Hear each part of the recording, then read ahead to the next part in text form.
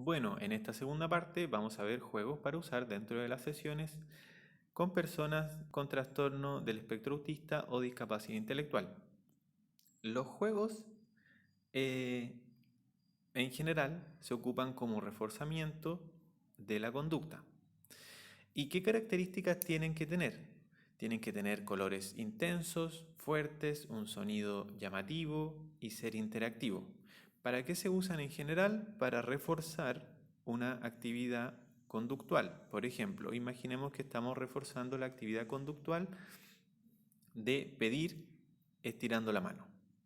Porque quizás un niño, que es lo más común, en vez de estirar la mano y pedir con la mano estirada, lo que realiza es quitar las cosas de la mano o llevar al sujeto de la mano para pedir algo y no apuntarlo. Todas estas conductas que suelen ser un poco restrictivas y que en ciertas condiciones no funcionan porque el niño no lo puede hacer o la niña no lo puede hacer, se pueden transformar en una dificultad en la comunicación.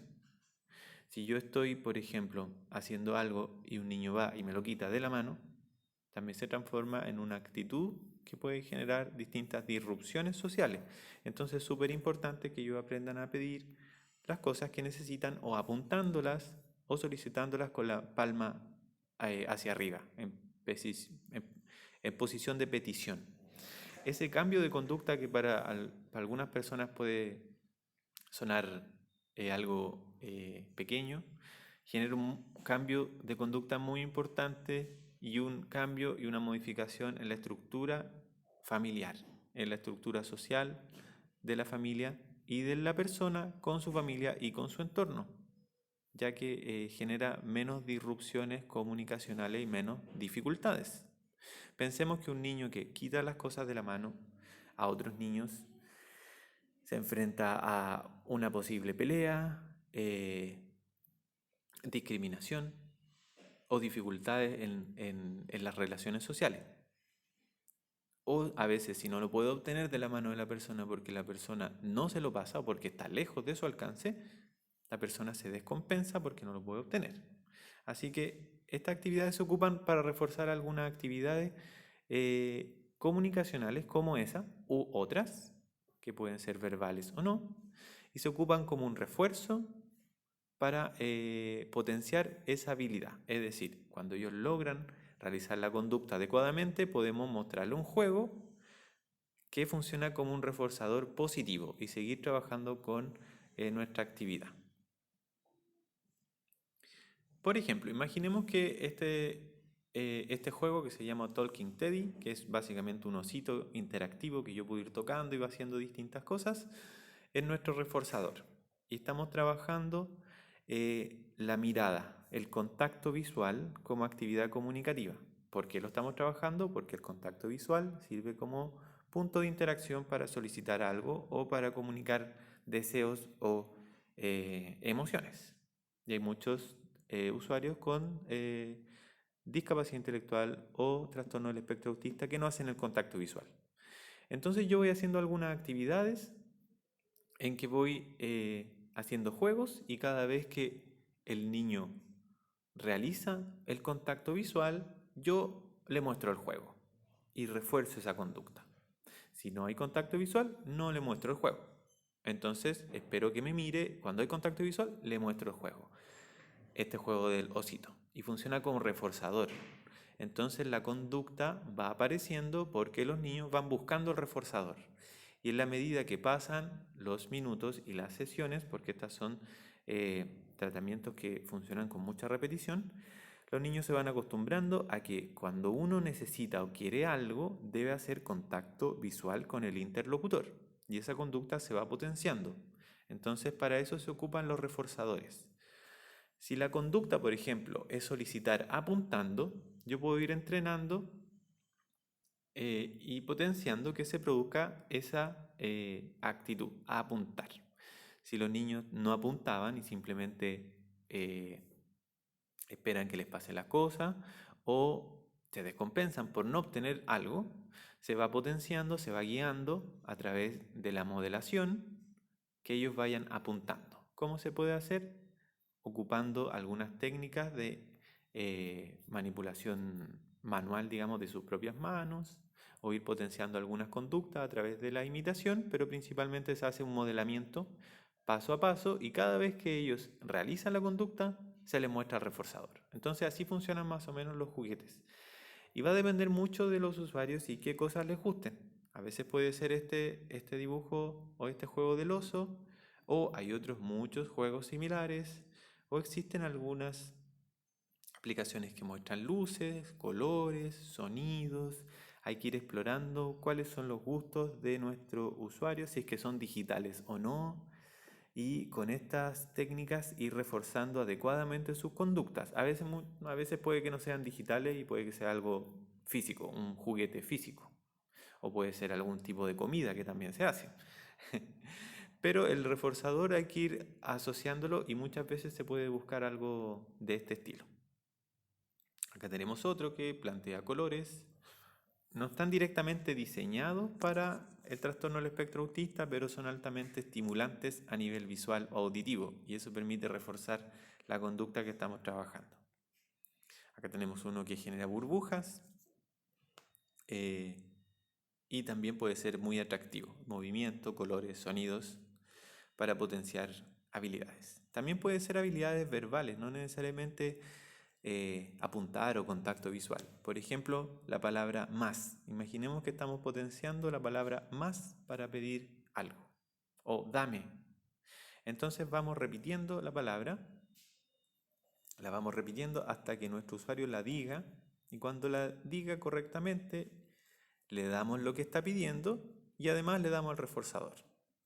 Por ejemplo, si está pidiendo un juguete que está lejos, se lo pasamos y además reforzamos la actividad con este videojuego que permite que ellos vayan asociando conductas con buenas recompensas. Y así la conducta se mantiene. En el caso de conductas que no queremos reforzar, no damos los reforzadores y se va extinguiendo con el tiempo. También los instrumentos musicales pueden ser muy buenos reforzadores y otras actividades similares. Hay otras actividades que plantean ambientes donde voy haciendo distintas acciones y se van generando consecuencias. Aquí hay algunas de Pepi. Pepi es una empresa que hace software para niños con trastornos del espectro autista y se pueden ir armando distintas rutinas y secuencias para ordenar la lógica y el funcionamiento de los hechos. También las rutinas sirven para plantear o potenciar las propias rutinas de las personas. Por ejemplo, esta que es del baño sirve para potenciar el lavado de dientes, peinarse, lavarse la cara, e ir asociando algunas de esas actividades a algo positivo. Obviamente no solo con esto es cómo se entrenan esas habilidades o cómo se desarrollan, pero es un buen punto de inicio para comenzar o para potenciar estas habilidades. Las otras tienen que ver con el modelamiento, con los métodos como ABA, donde voy paso a paso modelando las conductas del usuario hasta que se desarrollan adecuadamente. Hay muchas aplicaciones de esta empresa, Pepi, son muy interesantes y muy recomendadas para el área de TEA. Las emociones son otros aspectos que se tienen que desarrollar en niños con trastornos del espectro autista porque existe una dificultad para reconocer y expresar emociones adecuadamente. Aquí hay una aplicación, Autism Express, que muestra distintas emociones y que se pueden ir asociando a distintas situaciones.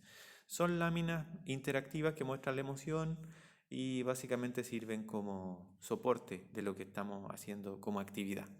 Puede que no sea la actividad en sí, sino un soporte extra o un refuerzo extra a lo que estamos realizando como actividad. Descubre emociones. Esta aplicación permite reconocer y trabajar con las distintas emociones. Esta actividad sí plantea como una actividad un poco más estructurada o cerrada, es decir, no es un refuerzo, la actividad está en la aplicación y permite hacerla dentro de la aplicación. Otra app para desarrollar emociones, sobre todo sirven para personas con autismo leve o el autismo de alto funcionamiento, lo que antes se llamaba también como síndrome de Asperger, para ir potenciando el desarrollo de emociones. Proyecta Emociones, un proyecto de la Universidad de Valparaíso, también para desarrollar las emociones. Autástico, también para el desarrollo de emociones.